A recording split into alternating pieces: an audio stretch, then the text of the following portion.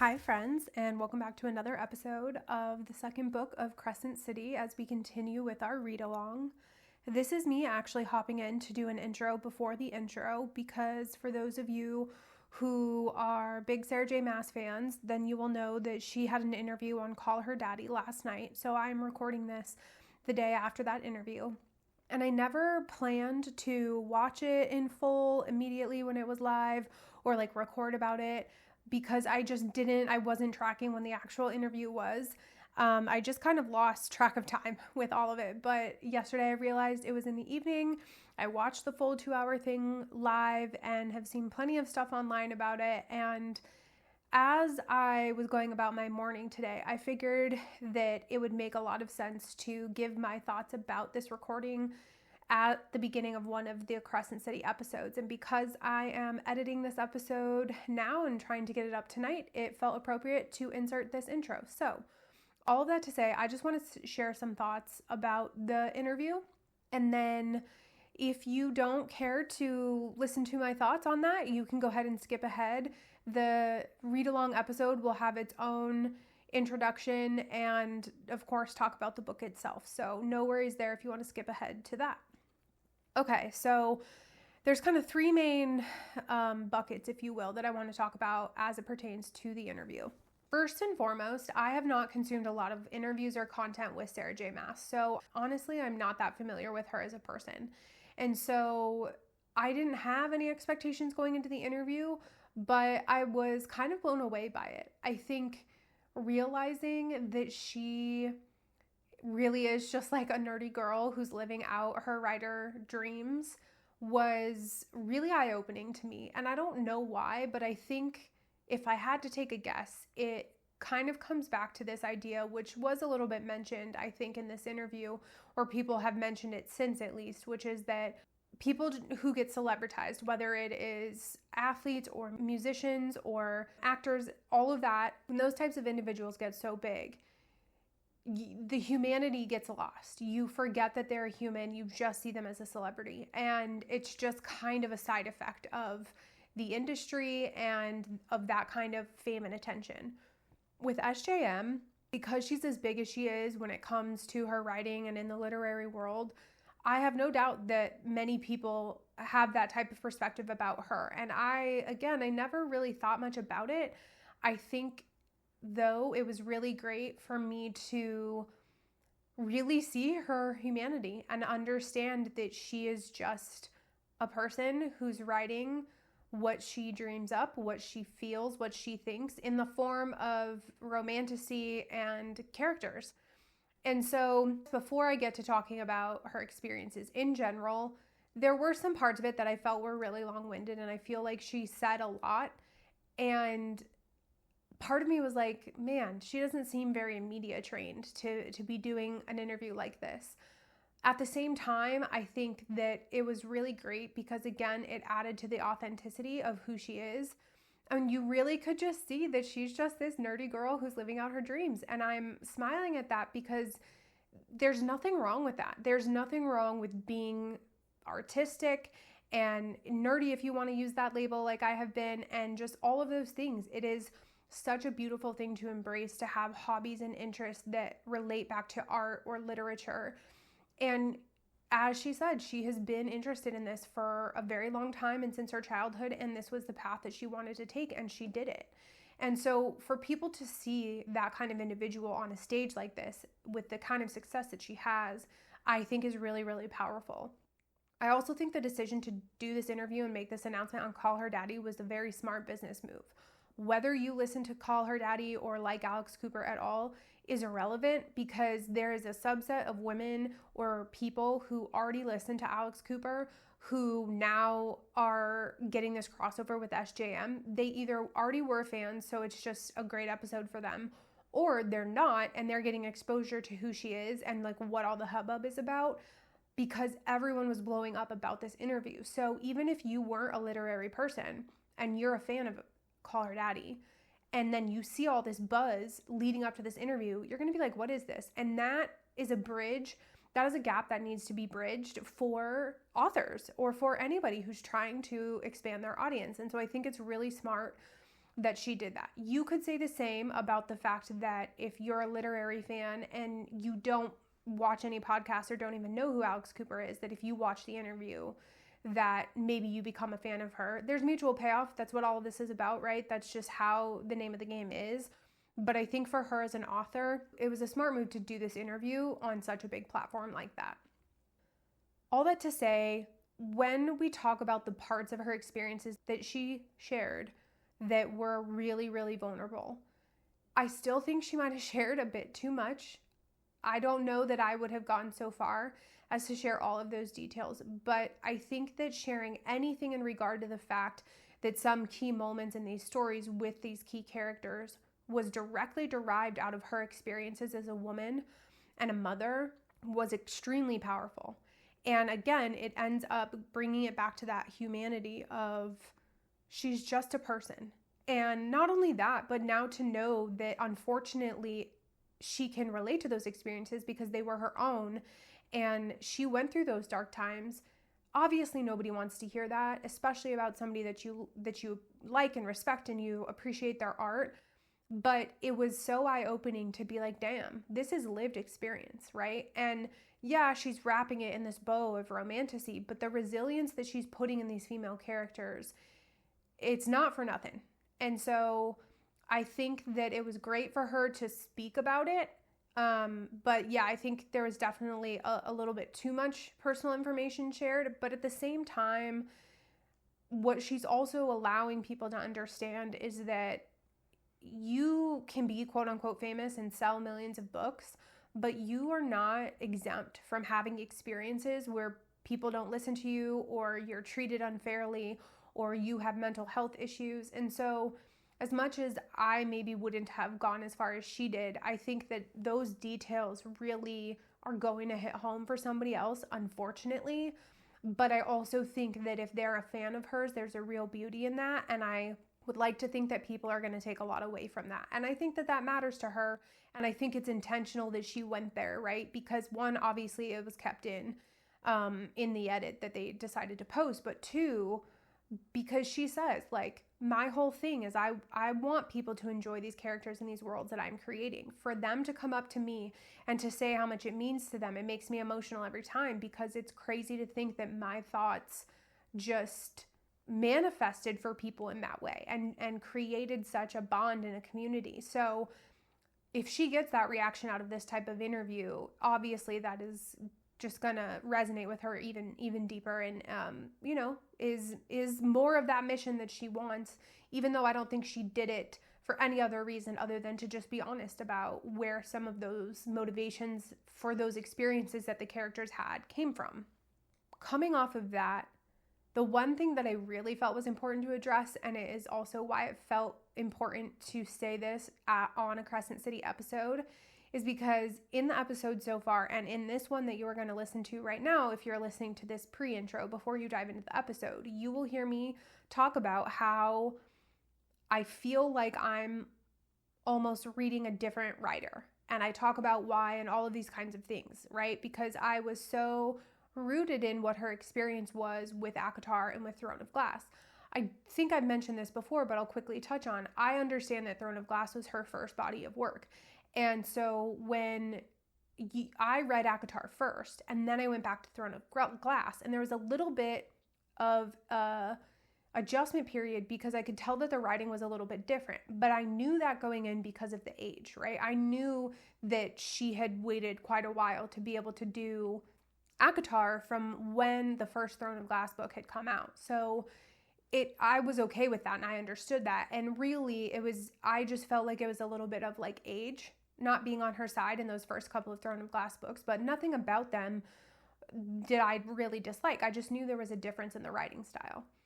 With Crescent City, I think that I just thought that because she had gone through those other series already and had developed a lot of these characters, that it would kind of just be an extension of that, but a more current, modern telling of whatever it is that she wanted to have the story be.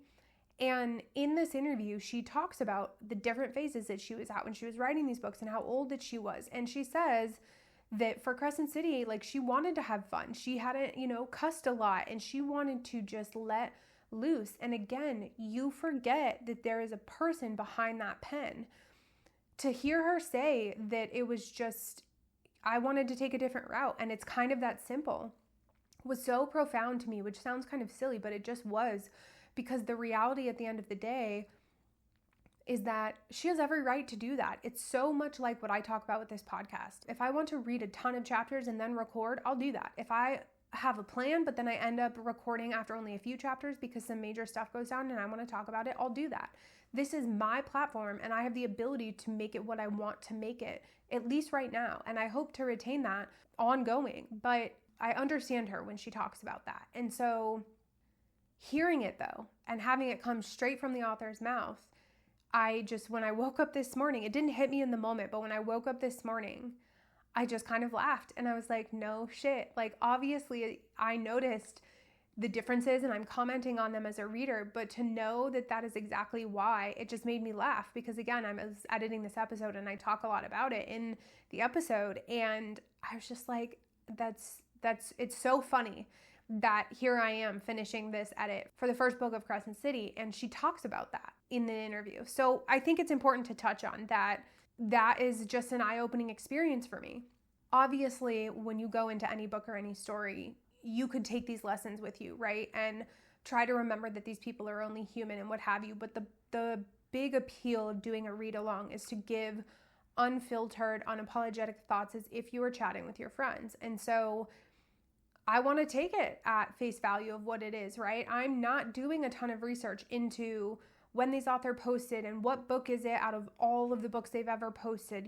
Was it when they were a younger writer? Was it when they were an older writer? Like, I'm not going to that extent of the books that I'm choosing to read for read-alongs. I just want to read them because I'm interested in them, or I like the author from past works. And that's it, right? And we just kind of find out what we find out as we go along, and I share that experience. But it is so nice to have had this moment of realization and education from her inadvertently that's like, yeah, she was at a different point in her life and she wanted something different out of this book. When I talk about her being a different writer in Crescent City, or that it feels like it's a different writer and it's not SJM, there is a truth in that. She is not the same writer as she was when she did ACOTAR or Throne of Glass for a lot of different reasons. And I think what is important about that is what is going to happen here with these next books, which is the last thing that I want to talk about. There is a real possibility that the SJM that we're going to get in 6, 7, and 8 of ACOTAR is not going to be the SJM that we had when she originally wrote ACOTAR. Do I think that it's more likely that there's going to be consistency there? Yeah, I do. And do I think that she would go so far into left field to like have fun and kind of play around like she did with Crescent City for these books? No, I don't, because you already have this like established set of characters and this tone. So I don't think that she's just going to take it left and do something completely different. But it is important to keep in mind that we may not get the same SJM. So it's going to be interesting to see how that all comes together and what these books look like. So obviously, if you have been on the internet by now, or if you watched the interview, you know that we're going to get 3 books. 2 are confirmed with dates. I say 3 because she did say that, she had wrote on the infamous notebook picture that it was 6 going, onward. There was clearly an 8 in that photo. She doesn't say in the interview specifically that like 8 is it, and she doesn't really fully talk about 8, but what she says is that I have this story that I wanted to tell, and instead of, it would have been too massive of a book, so I'm doing it in different parts. I'm doing part 1, parts 2 and 3, and then part 4 is I believe how she wants to lay it out. So in the picture that Bloomsbury posted this morning, they put up photos of these books without the real covers and titles on them, and you can see that book 1 is a pretty standard book and book 2 is a little bit of a fatter book. So it makes sense that that one has 2 parts. Here's where my thought process comes in. If I had to guess, I think that 8 is going to be it for ACOTAR, and I think she's going to be done. I don't think she's going to take it any further. I think part of that is because with Throne of Glass, she's already in that realm of 7 to 8 books. I don't think that she's going to do a series any longer than that. There could be a lot of reasons as to why, but just if I had to take a guess, I don't think she's going to do any longer than 8 books in one kind of series of books. The other reason why I don't think she'll continue past book 8 for ACOTAR is because Crescent City is still moving and grooving for her. She has 3 books that are out right now. I believe that she has confirmed that there will be a 4th at some point. That could stay open, right? That could be a thing where she decides to end at 4. She could decide to end at 4, but she could also continue to write and make that a little bit of a longer series with 5 books or 6 books. And so I don't think that ACOTAR is going to extend beyond these next books that we're going to get. That said, there's a lot of hypothesizing and theories that people have about what is going to happen. But here's what I would like to see. I think that it would be really great if book 6 was Azriel's story.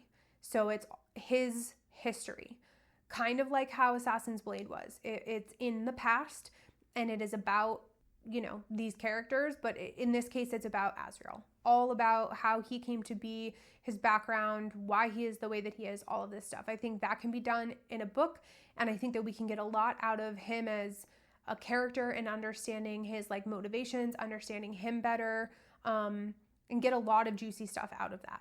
I think that will then lead into book 7, which is going to be about Morgan. While she said these books are not a trilogy, I think that book 7 and book 8 are going to bleed together in terms of a continuous story of some kind.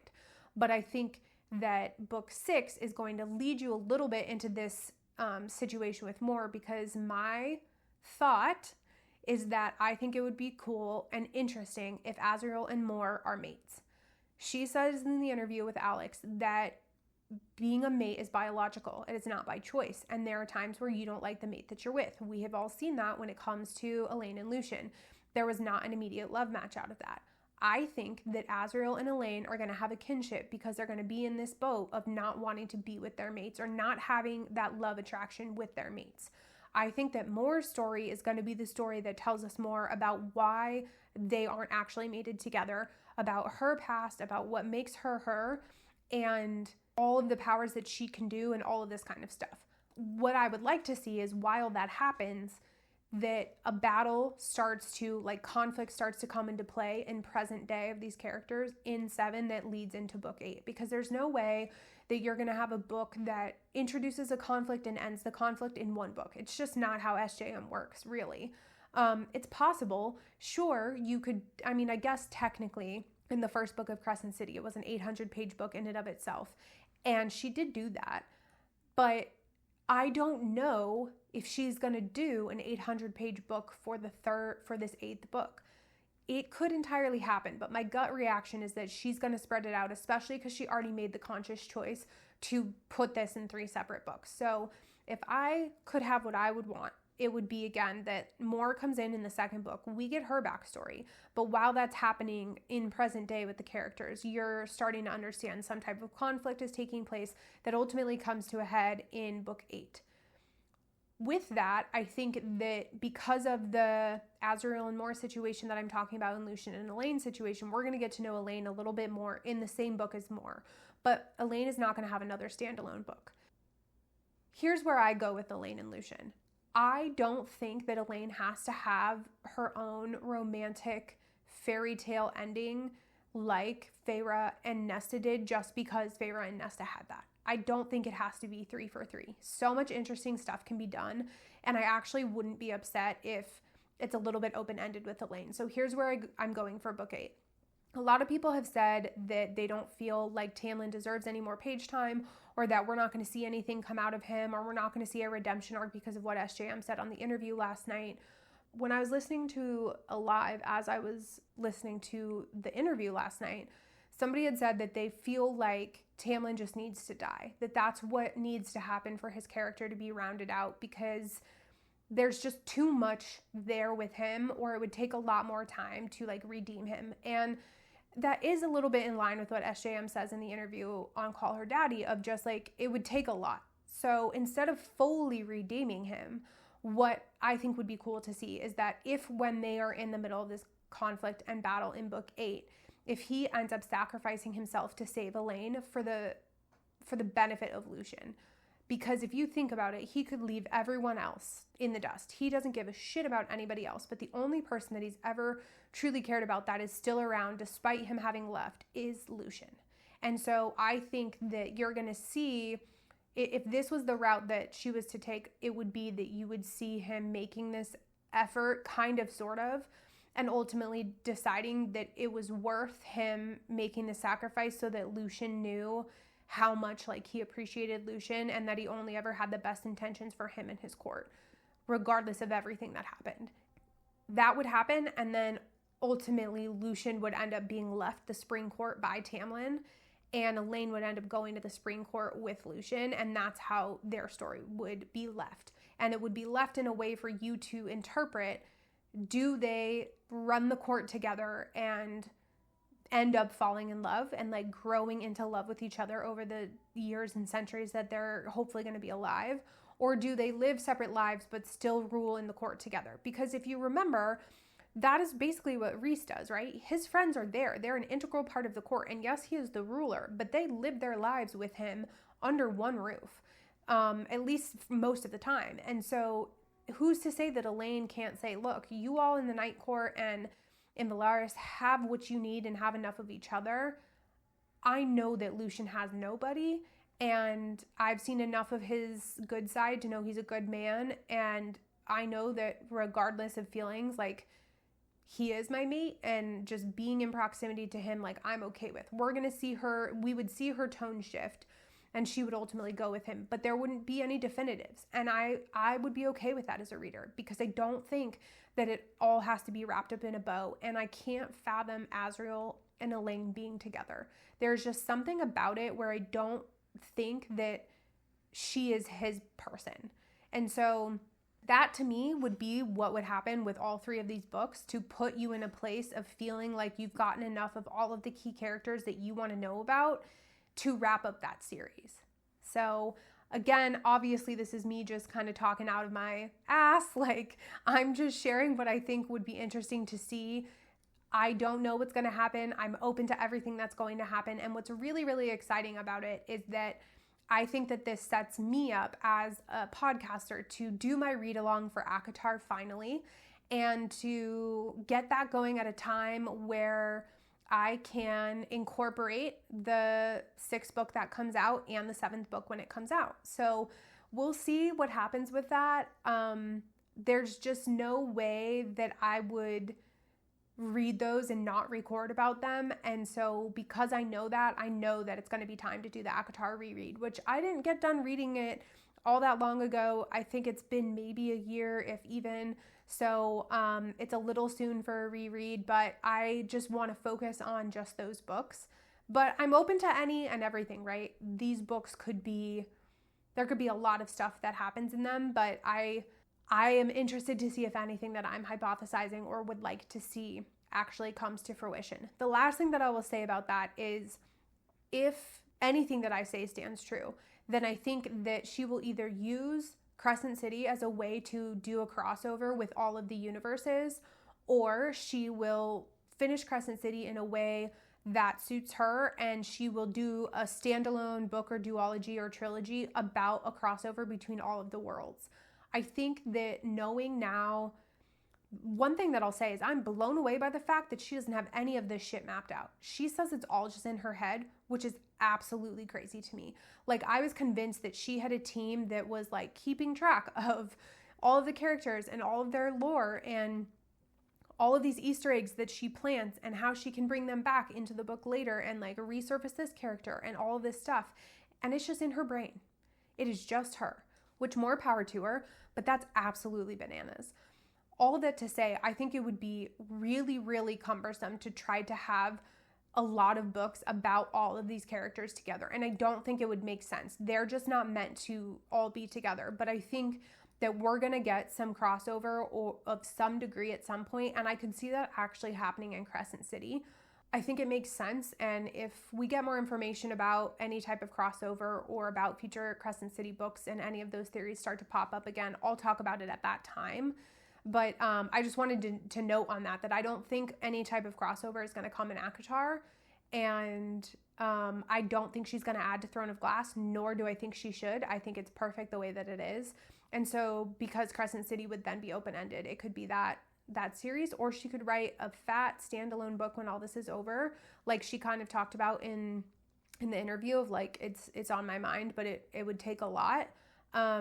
It could be just its own really big book of just like one type of instance or moments where these universes crossed over for whatever reason, but we shall see. I think the good part about all of this, and I'll end with saying this, is that I feel like I'm coming away understanding SJM a little bit better as an author. I feel really energized by the fact that she is feeling motivated, it seems, to keep these stories going. And she wants to put them into a place that she's happy with, which I have no doubt will mean that we are happy. And that's really, really great to hear. All of that to say, she talked about the TV show, and it's just not a priority right now. And I appreciate that because she's not wrong, right? She said, I'm not here to sell out to Hollywood. It has to be the way that I want it to be, and it has to be exactly the characters in the way that I envision them, or it can't be anything.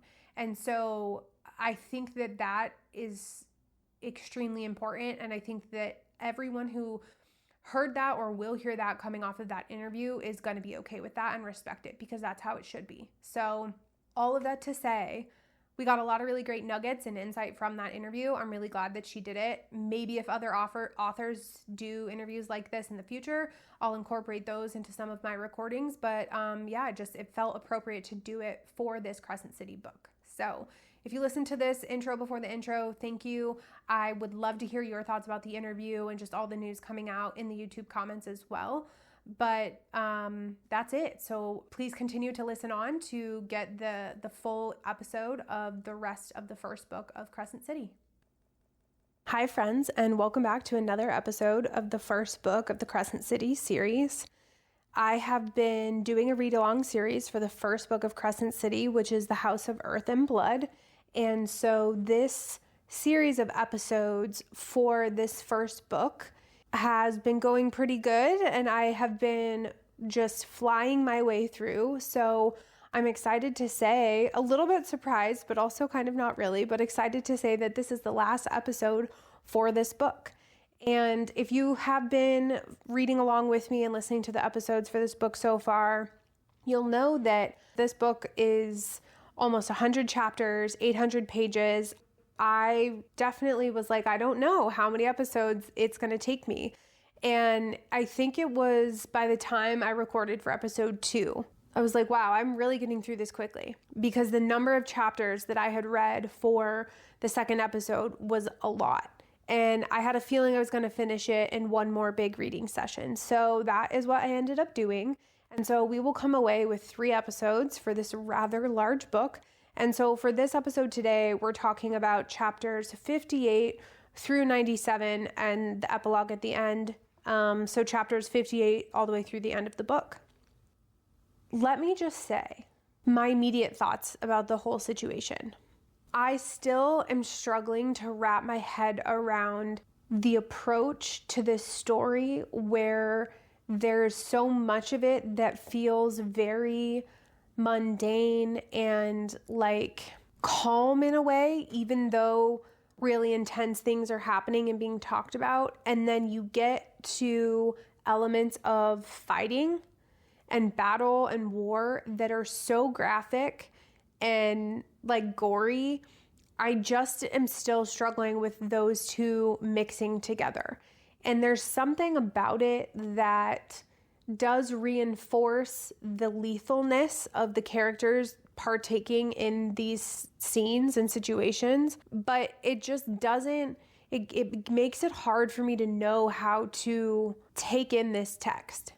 I talked about this in other episodes, so I don't really want to belabor it too much, but I'm still coming away after book 1 unsure of how to feel. And it's a hard thing for me to describe, because in all of the other books that I have read recently, all 3 of the Legendborn books, the Fourth Wing books, Throne of Glass, even past writings of SJMs, I feel like even if I had taken a little bit of a break from any of those books or between books, the minute that I started diving back in and reading, it didn't take me long to reacquaint myself and get my head in the right headspace of the world I was in and the characters and the experience. It was like it just would snap back into place after a couple of pages, and I would really be able to immerse into what it was that I was reading. But with this, I can't get a read on the characters because it's like their struggles and strife that they go through, that both Bryce and Hunt go through as these front main characters. It obviously is very much a part of their story, and it shapes who they are, and we know that they're not always going to have it easy.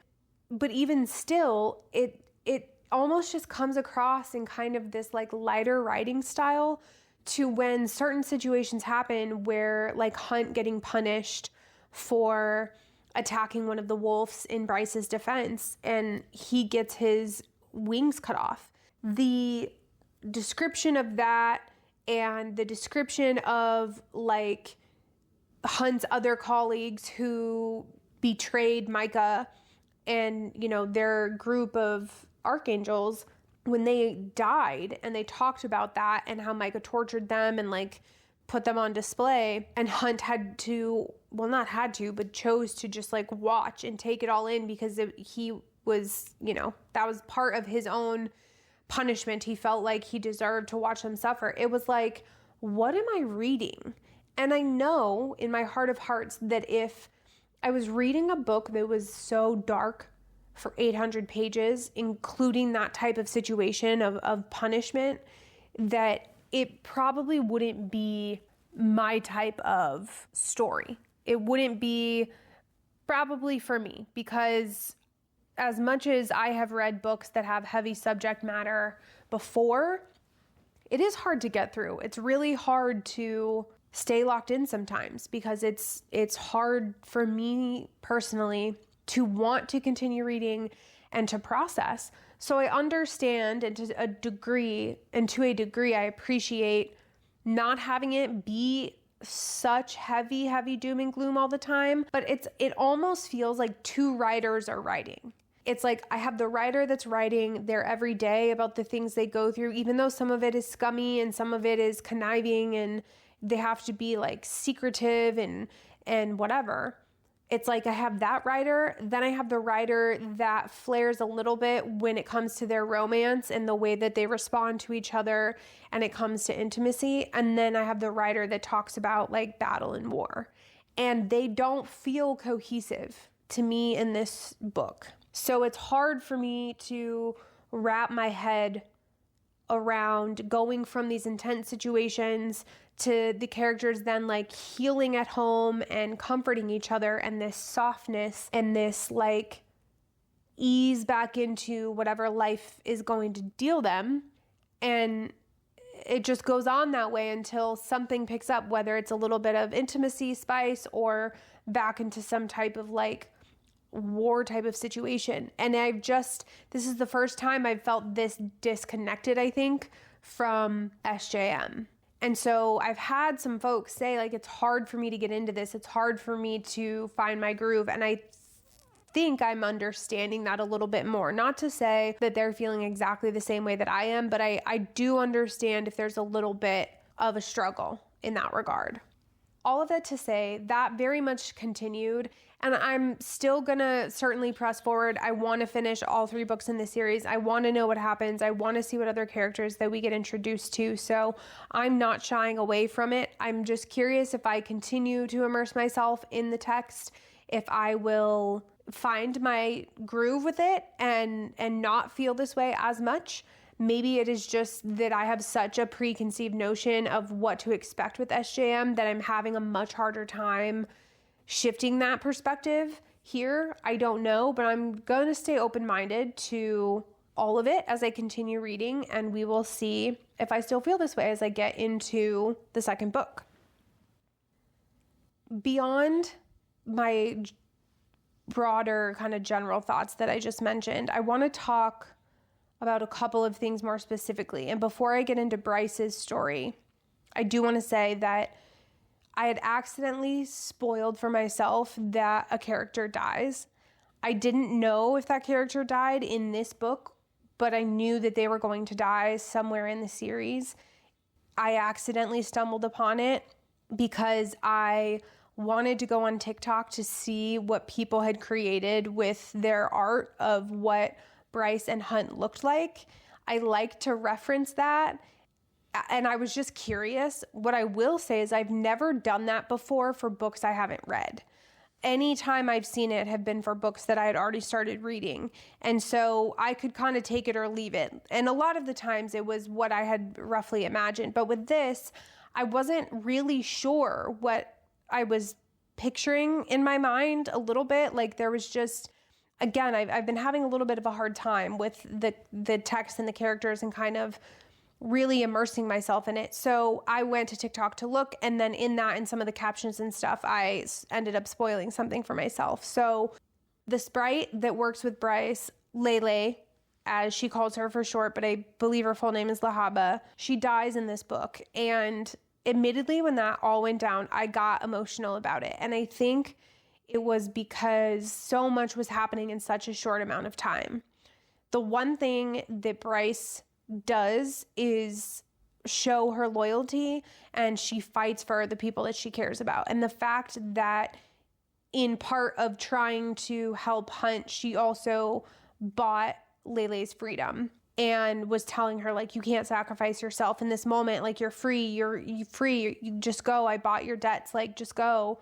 And then Lele says, like, I know, I saw it in the drawer. You realize that she, in that moment, is seeing Bryce. She's like, I know you already did this, and I already made this decision knowing that. You're not telling me anything new that I didn't already know.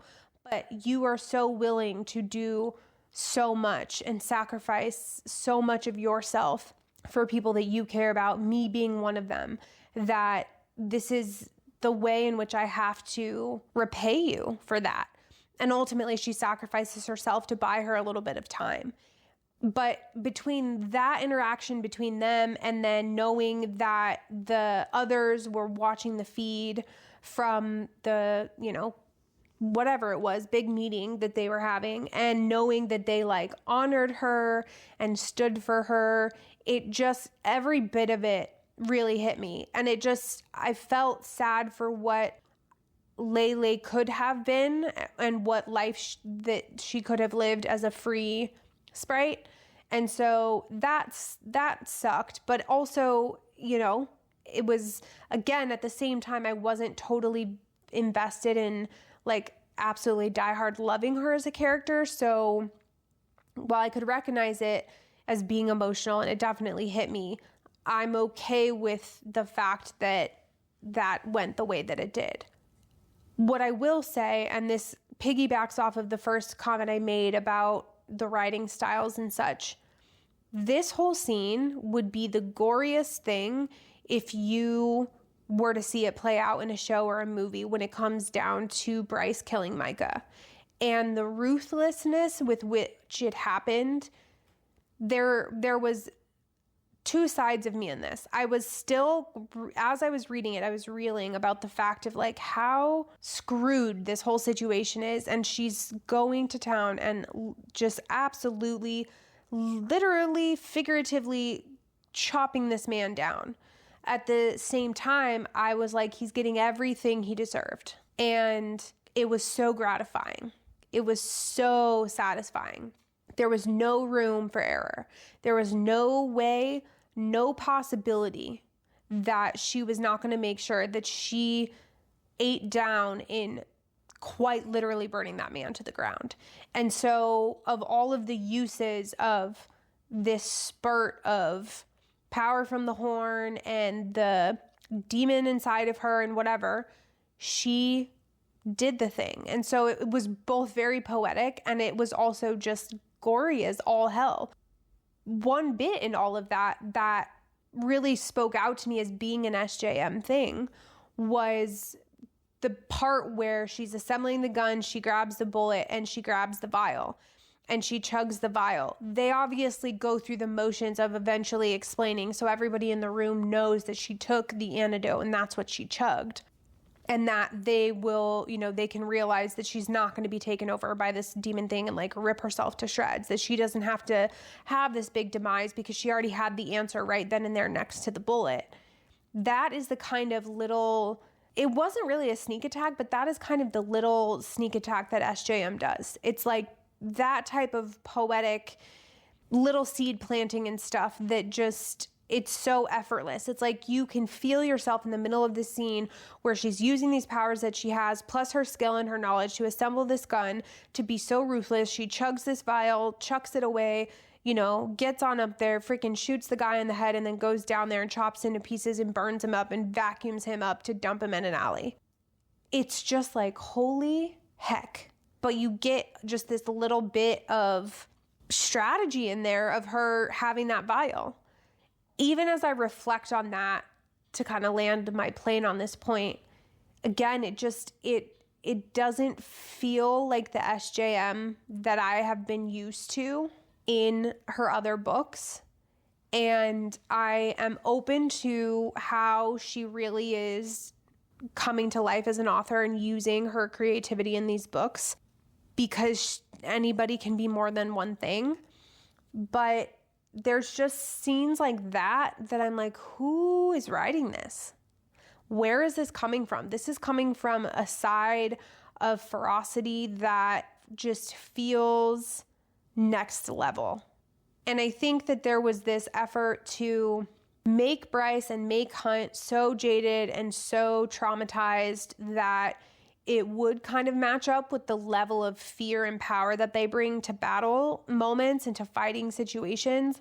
But for me, it just, the everyday moments that you're reading about in the book felt too light to make the heaviness kind of match up. It like works and it doesn't for me. And I don't want to belabor the point. I've said it in another episode. I've already mentioned it in this episode. This is the second time I'm kind of going back to it, but it obviously interlaces itself in between all of the points that I'm going to make. But that is just a scene that stood out to me as being very fierce and just like, hell yeah, but also like, what is this? Very, very intense stuff.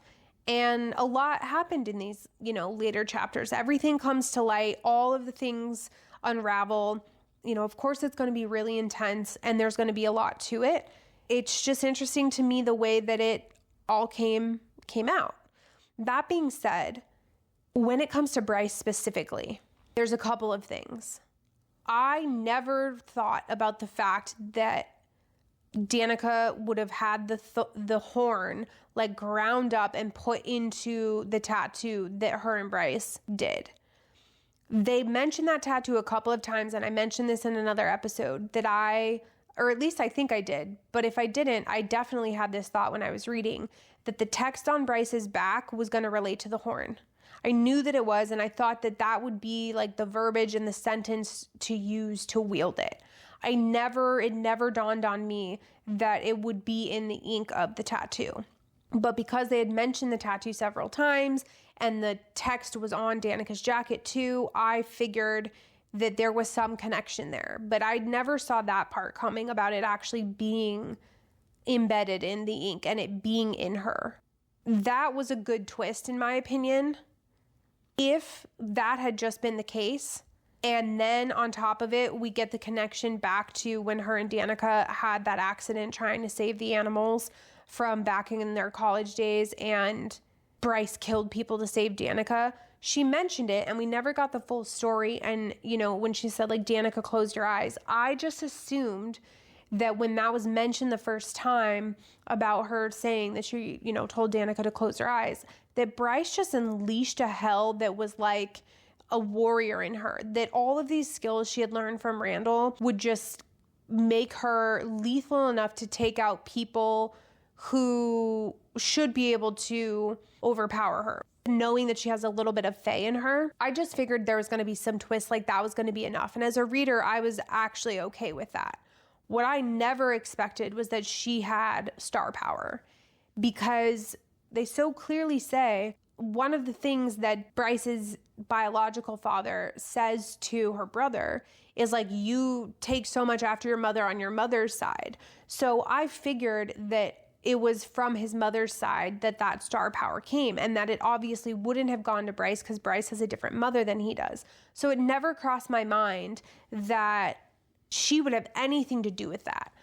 I have also said in past episodes that I was very confident that when Bryce made the drop, that she was going to have some type of power and that it was going to grow and manifest and she was going to be this super powerful badass. That happened, but obviously in an entirely different way that I'll talk about in a minute. What I'm getting at is that if she had had some powers after making the drop, but also but maybe not many because she's half human, but also had the horn in her back, I would have been okay with that.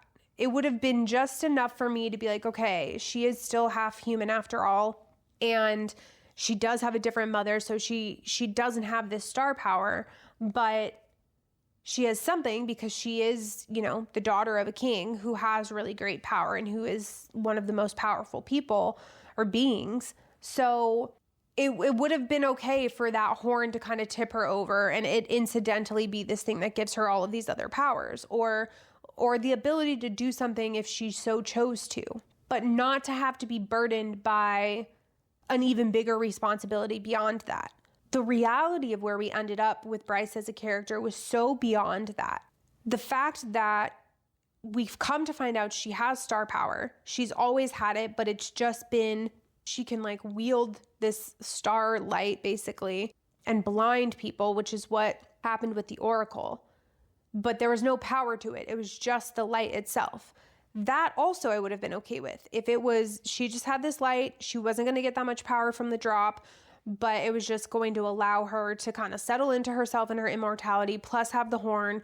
Okay, let's just keep it pushing. She has this cool party trick of being able to glow and learn how to control it so she doesn't blind everyone every single time she chooses to show her light.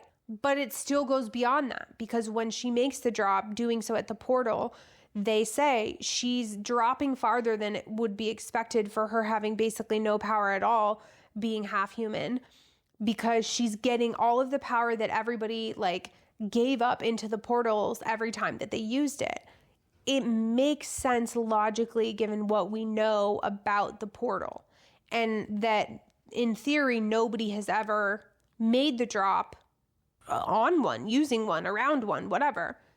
But it just, to me, was a little bit, I just was kind of really? Because now, and of course, not only does it give her power, but it gives her only a decimal point more power than her dad. It's why? There's just something about it for me that I'm why is it that we have to put her in a situation where she has to take on all of this burden of this power that was never going to be hers? If she had done everything else that she was supposed to do, horn aside, she would have made the drop with little to no power. She would have had this light ability, but that's it, and kept it pushing. But then the horn came into play because of Danica, and now all this power from the portals. Even as I was processing that earlier, when I was thinking about all this before I started recording, it is very SJM in that we are used to seeing female main characters who are fairly badass in their own right. Maybe they are underestimated and people don't have all the faith in the world in them. They think that they're, just gentle women, but they are already pretty fierce for a lot of reasons. And then they come into this huge power. I'm specifically thinking about Feyre. That exact thing is what is happening here, essentially. She is a total badass in and of herself for so many reasons. And then she gets all of this unwanted power from all of these people in a moment of essentially sacrificing herself for the grander scheme. And so it makes sense again as an approach that SJM would do, but it just feels so over and above. And of course, I guess it has to be that way, because what else are we going to get out of 3 books? If you have a female main character who isn't fully, the cream of the crop, the best of the best, the most powers in all the land kind of vibe, she would just kind of live on in her house as having maybe been a hero of the moment, but just go on being who she is. What more? Why should we continue to care about her? The murder that she set out to solve was completely solved. The person who did it is more than dead, which was Micah. Anyone else, in the way of the situation that they were facing is more or less dealt with. So she could just go on and like, why would we care? So I get it. There has to be a thing. There has to be something there. And that's why I said from the beginning that I thought that when she did the drop, she was going to get power and there was going to be something with it, with her dad and all this kind of stuff. But this is just so beyond. So I may be a little bit down on it because of the way that I'm feeling about everything so far. And I'm, again, going to stay open to it and optimistic. I'm not turned off on it. I'm just giving you my immediate reactions, which it was of course all badass in the moment. And it was selfless of her to sacrifice herself to close the gates. And, you know, I enjoyed all of those things, but it just felt like a little bit much to go to that extent. Beyond that, you have Hunt. Hunt is a bit of a mystery to me only because of where we're at now, right? So the new Witch Queen takes the crown off of him, which is great. But for a beat there, he's still a slave until the Astari call and say, hey, we removed that mark like it's nobody's business and it was never there because we're giving you a favor for what you did for your people, but also like mind your P's and Q's. So he's a free man.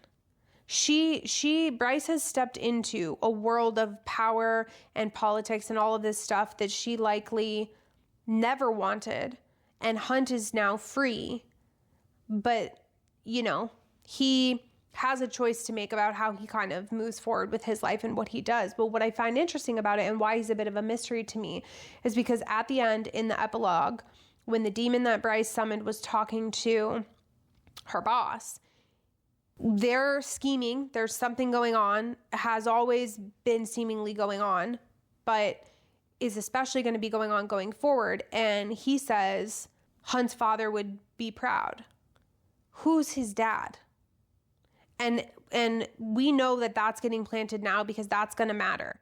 Because when they were in the room, when Hunt got the crown off of him and he was able to use his full powers again, and he killed the other governor, people like bowed to him. And he kind of questioned that. Like there was a moment of him recognizing that and kind of questioning it and being like, what is this? I don't really get that, whatever. And just going about his business to go save Bryce. But that with this nugget about his dad, he's going to be somebody important. He's going to be somebody that has lineage and it's going to matter. And so we're going to get back to this place where people are going to think that he was just kind of this abandoned archangel that went rogue, that ended up being a slave and just kind of like, yes, he's super powerful with his lightning powers, and now he's with Bryce and they're romantically entangled. But like, you know, you weren't just like the death of the night, but now you have a very powerful woman in your life. It's going to be more than that. And he's going to end up mattering in a significant way that's also going to impact politics. I just know that is exactly what's going to come to fruition and happen in some shape, way, or form.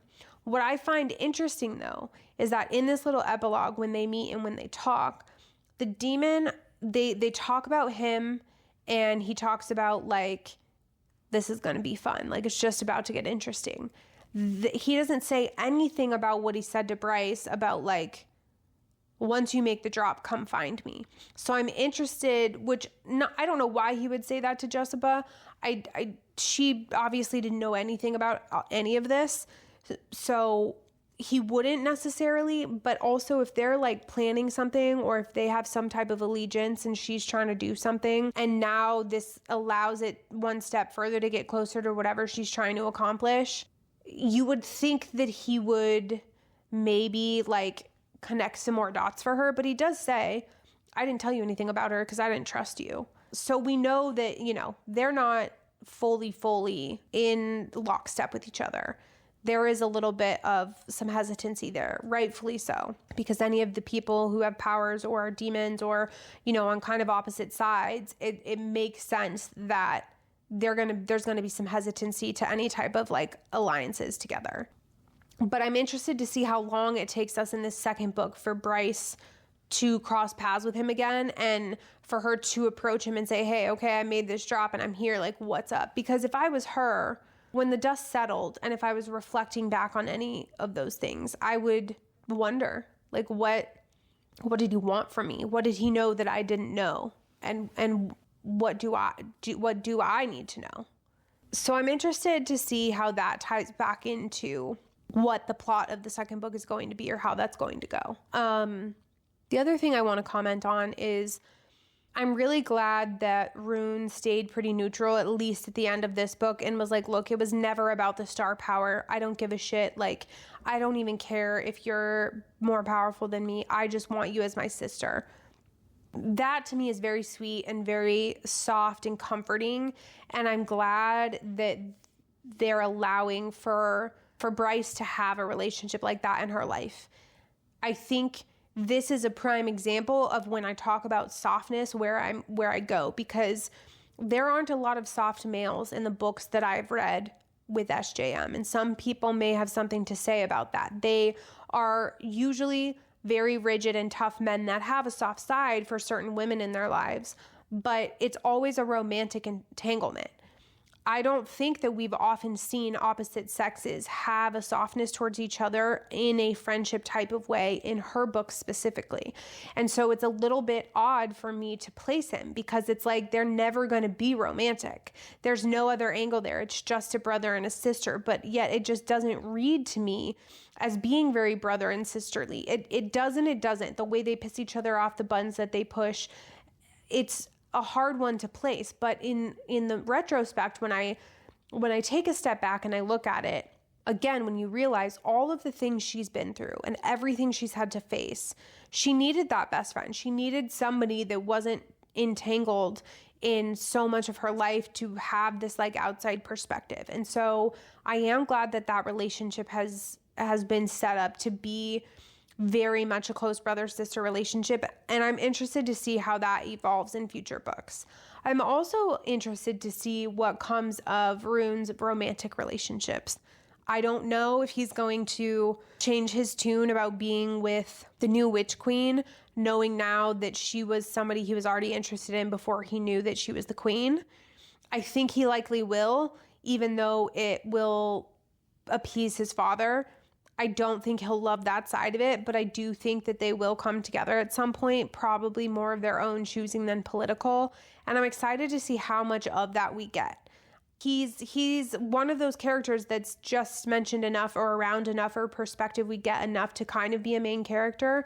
I would love to see that side of things from his perspective, because she, as a female character, the queen, is elusive to me and mysterious, and there's some vibes about her that I'm like, I like you. I think that you have something to you. She gives me kind of Man in Black Beak vibes. Obviously, they're both witches, but it's more than that. It's like she's a little bit secretive. You don't always know what my plan is or what I'm doing, but she's smart as shit. And so I'm interested to see what happens with that. The other thing I'm interested is to see if we learn any more about Fury and Juniper's relationship. It was implied that they had a romantic relationship, that their relationship was much deeper than just friendship. And I'm curious to know if that was a thing in the past and they're just still close, or if it's a current thing. I'm interested to see if we get anything more about that.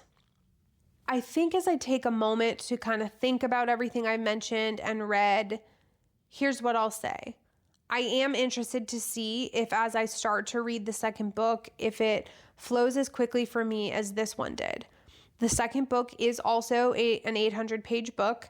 It only has 78 chapters in it. But again, you know, some chapters can be long, some can be short. For this first book, it had 97 chapters, but some of them were a page and a half, like a page and a half or 2 pages. Some of them were much longer. So it seems that because there's so many fewer in book 2, but it's the same amount of pages, that they weren't playing with that let's use a chapter to change the scene or perspective as much, which I appreciate. I think it's a little bit overdone to just do a new chapter for a page or 2. You could probably work through it in a little bit of a different way in an existing chapter. So it seems that chapters are certainly getting longer. But I don't know, I'm open to the fact that as I start to read book 2, that it's not going to just be 3 episodes like book 1, and I'm not going to read these huge chunks and just fly through it. So I'm going to stay open-minded to that and just do what I've always wanted to do, which is, read until I want to record and I feel really compelled to say something. And that could come a lot quicker with this book because there's already characters to be invested in and we're just furthering that. But we'll see, because I wouldn't be surprised if we get introduced to a lot of new characters as well. All that to say, I come away being interested in what's to come, being excited to read what's to come. But yeah, a little bit of a head scratcher for me. SJM created big shoes for herself with those other series. She really did her big one, in my opinion, when it came to both of those. And I'm super stoked of what's to come with any other books that she writes related to these series. But yeah, this one is it's very, very different. So all that to say, if you've been reading along, I appreciate you coming along for this ride with me. Again, I want to hear your thoughts in the YouTube comments. Let me know if you've been doing big reading chunks like I've been, or, has it been a slower read for you, or what has it been like? And I am going to, start right into book 2 here pretty soon. So you'll start to see on social mentions of chapters for those recordings, so you can make sure to read and be up to date with where I'm at before you listen to my episodes. As always, I thank you guys for listening and for following along. Cannot wait to hear all of your theories and thoughts and feelings. And I appreciate you being here and supporting this effort and reading these awesome books with me. So thank you all so much. And until next time, friends.